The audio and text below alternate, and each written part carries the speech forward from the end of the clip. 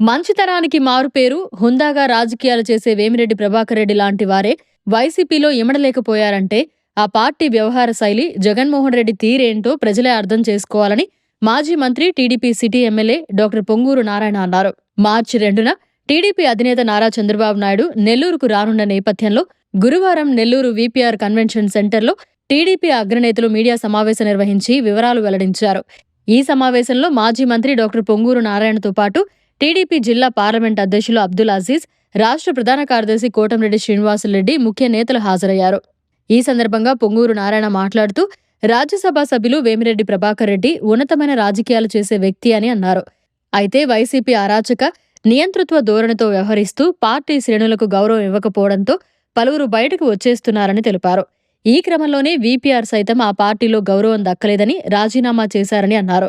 అయితే చంద్రబాబు ఆదేశాల మేరకు తామంతా టీడీపీలోకి ఆహ్వానించడంతో మార్చి 2న వేమిరెడ్డి ప్రభాకర్ రెడ్డి చంద్రబాబు సమక్షంలో టీడీపీలో చేరనున్నారని తెలిపారు.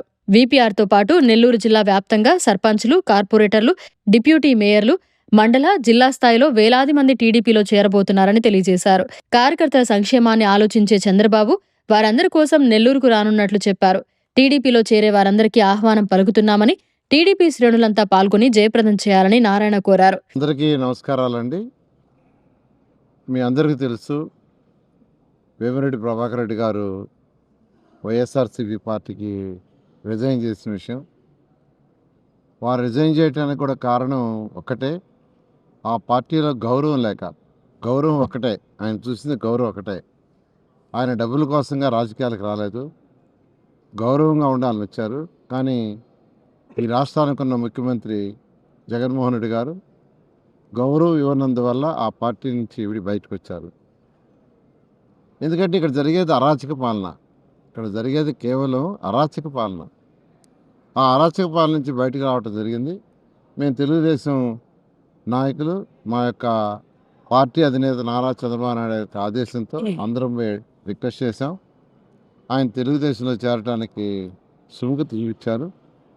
అయితే ఆయనతోటే అనేక మంది